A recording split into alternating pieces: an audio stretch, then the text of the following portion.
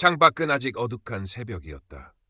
장수성 난퉁의 낡은 공동주택 라오궁팡의 류웨이 집 부엌에는 희미한 등불만이 켜져 있었다. 68의 류웨이는 식탁에 홀로 앉아 식은 죽을 숟가락으로 깨작거렸다. 3년 전 아내가 세상을 떠난 후 그의 아침은 늘 이런 식이었다. 정갈했지만 온기 없는 집, 창밖으로 보이는 공원의 쓸쓸한 풍경, 그리고 낡은 액자 속에서 희미하게 웃고 있는 아내의 얼굴.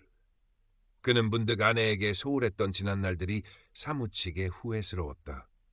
아내가 아팠을 때 제대로 간호 한번 못해줬던 기억, 생일 한번 살갑게 챙겨주지 못했던 무심함이 가슴을 쳤다. 상하이에 있는 아들 유진과는 명절에나 겨우 얼굴을 보는 사이였다.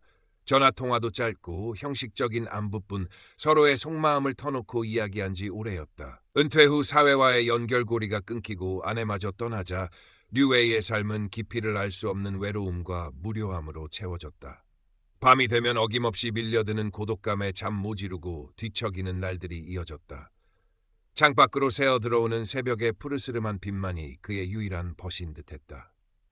어느 날 오후 해묵은 친구 왕씨가 그의 집을 찾았다. 왕씨는 류웨이와 비슷한 연배의 은퇴한 동료로 활달하고 오지랖 넓은 성격이었다. 그는 류웨이의 캬한 얼굴과 생기없는 집안 분위기를 둘러보더니 안타까운 표정으로 입을 열었다. 이보게 류웨이, 언제까지 이렇게 혼자 지낼 셈인가? 자네 아직 정정하지 않나? 좋은 사람 만나서 남은 인생 즐겁게 보내야지. 류웨이는 손을 내저었다. 이 나이에 무슨... 하지만 왕씨는 끈질겼다. 내가 잘 아는 사람이 있네. 리슈잉이라고 참하고 괜찮은 여인이야. 자네처럼 혼자 된 지 좀 됐는데 서로 의지하며 살면 얼마나 좋겠나. 류웨이는 처음에는 망설였다. 체면즈도 신경 쓰였고 새로운 관계를 시작하는 것이 두렵기도 했다.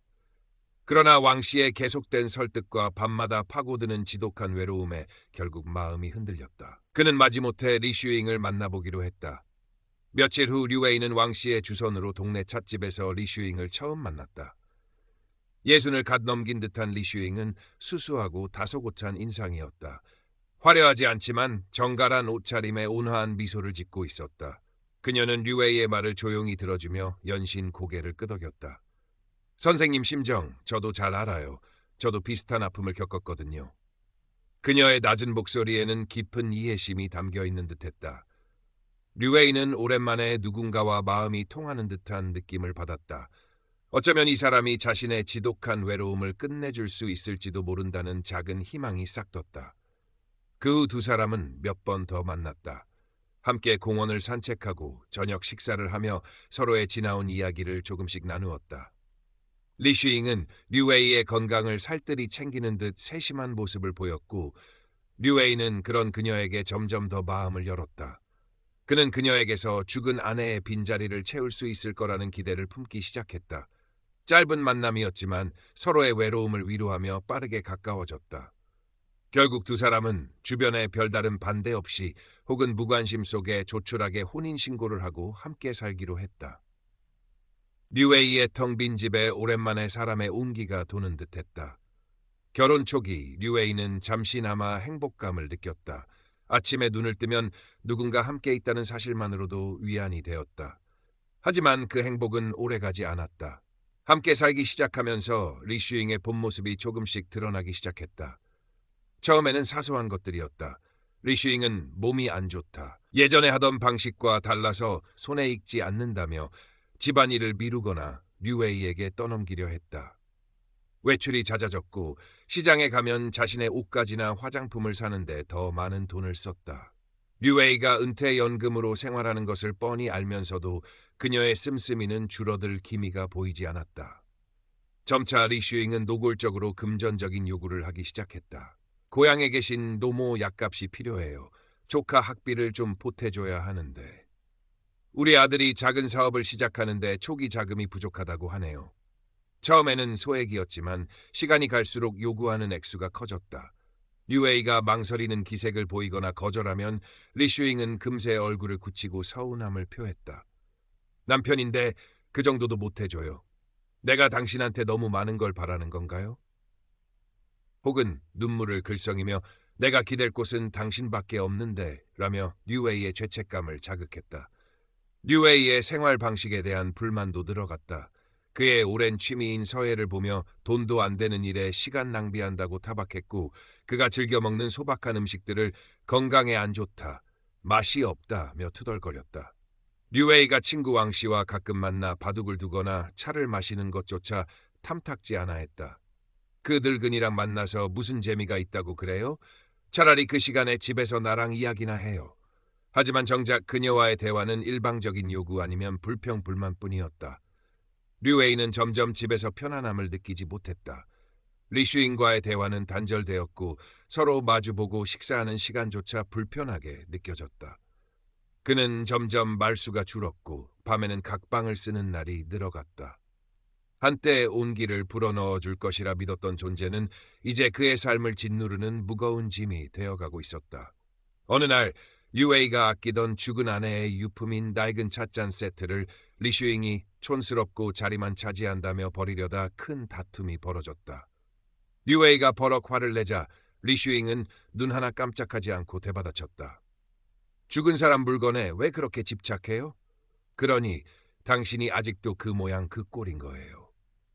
오히려 류웨이를 이상한 사람으로 몰아가는 그녀의 뻔뻔함에 류웨이는 할 말을 잃었다. 또 한 번은 리슈잉이 류웨이 몰래 그의 통장에서 돈을 인출하려다 은행 직원의 제지로 실패한 일이 있었다.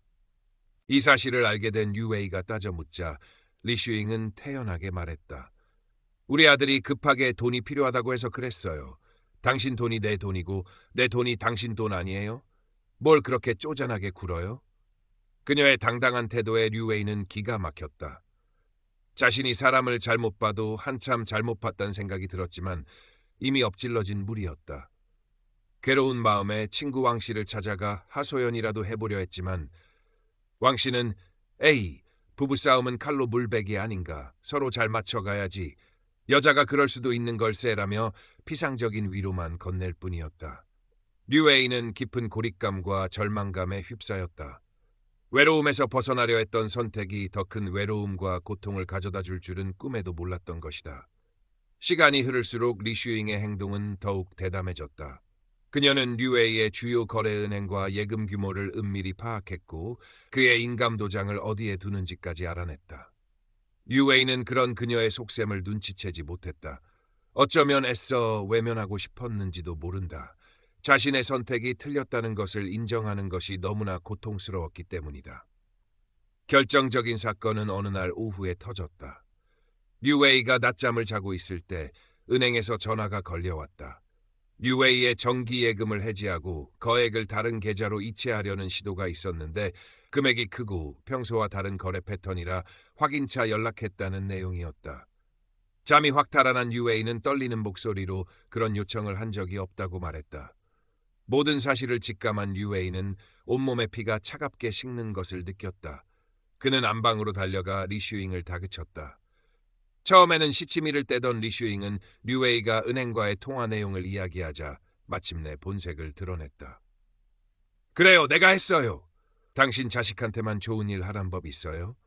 나도 내 자식 챙겨야죠. 류웨이가 분노로 몸을 떨며 소리쳤다. 그게 할 소리요? 내 돈을 당신 마음대로. 리슈잉은 눈 하나 깜짝하지 않고 맞받아쳤다. 어차피 당신 죽으면 다 상속될 텐데 미리 좀 쓴 게 뭐 그리 대수라고 그래요. 그리고 솔직히 말해서 당신이 나한테 생활비라도 제대로 줬으면 내가 이랬겠어요? 적반하장의 극치였다. 류웨이는 리슈잉의 뻔뻔함과 끝없는 탐욕에 치를 떨었다. 자신이 얼마나 어리석었는지 외로움이라는 감정에 눈이 멀어 사람을 제대로 보지 못했음을 뼈저리게 깨달았다. 더 이상 이 관계를 지속할 수 없다는 것이 명확해졌다. 그는 떨리는 목소리로 그러나 단호하게 말했다. 우리 여기서 끝냅시다. 리슈잉은 순간 당황한 듯 눈을 크게 떴지만 이내 입가에 냉소적인 미소를 머금었다. 이혼? 좋아요. 대신 위자료는 두둑이 챙겨줘야 할 거예요. 내가 당신이랑 살면서 얼마나 마음고생했는데 그 정도는 받아야지. 이혼 과정은 순탄치 않았다. 리슈잉은 과도한 재산 분할을 요구하며 류웨이를 괴롭혔고 주변 사람들에게는 류웨이가 자신을 학대하고 돈 문제로 힘들게 했다며 악의적인 소문을 퍼뜨렸다. 류웨이는 지독한 배신감과 인간에 대한 환멸을 느꼈지만 더 이상 그녀와 엮이고 싶지 않아 결국 재산의 일부를 떼어주는 것으로 지긋지긋한 관계를 마무리 지었다. 다시 혼자가 된 류웨이. 그의 집은 다시 텅 비었지만 이전의 절망적인 고독감과는 다른 감정이 그의 마음을 채웠다. 리슈인과의 고통스러운 갈등에서 벗어난 것에 대한 묘한 해방감, 그리고 괴로운 관계 속에서 허우적거리는 것보다 차라리 혼자가 낫다는 명확한 깨달음이었다. 그는 지난 1년간의 짧고도 험난했던 재혼 생활을 복귀하며 자신의 성급함과 어리석음을 깊이 반성했다. 외로움을 타인에게서 해결하려 했던 것이 가장 큰 문제였음을, 사람을 보는 눈이 얼마나 어두웠는지를 절감했다. 체면 때문에, 혹은 마지막 남은 자존심 때문에 자신의 감정을 솔직하게 드러내지 못하고 끙끙 앓았던 것도 후회스러웠다. 얼마 후 상하이에서 아버지의 소식을 들은 아들 류진이 오랜만에 난퉁의 집을 찾아왔다. 류진은 아버지의 수척해진 모습에 마음이 아팠지만 섣부른 위로보다는 묵묵히 아버지 곁을 지켰다. 떠나기 전날 밤 류진은 서툴지만 진심 어린 목소리로 말했다. 아버지, 이제라도 하고 싶은 거 하시면서 편하게 지내세요. 제가 자주 찾아뵙지 못해서 죄송해요. 류웨이는 아들의 어깨를 가만히 두드려 주었다. 부자 사이에는 여전히 어색함이 감돌았지만 예전에는 없었던 따뜻한 이해의 기류가 희미하게나마 흐르는 듯했다. 류웨이는 동네 문화센터에서 다시 서예를 시작했다. 붓을 잡고 화선지에 먹을 적시니 마음이 차분해지는 것을 느꼈다. 아침 일찍 일어나 집 근처 공원에 나가 다른 노인들과 함께 태극권을 배우기도 했다. 처음에는 동작이 어설펐지만 꾸준히 하다 보니 몸도 한결 가벼워지고 마음에도 활력이 생겼다. 혼자 끓인 차를 마시며 창밖을 보는 그의 표정에는 이전에는 없던 담담함과 어떤 평온함이 서려 있었다. 그는 더 이상 외로움이란 감정에 쫓기듯 살지 않았다. 고통스러운 경험이었지만 그 실패를 통해 그는 자신을 돌아보고 홀로서는 법을 배우기 시작한 것이다. 어느 맑은 가을날 아침, 류웨이는 공원에서 다른 노인들과 함께 태극권을 하고 있었다.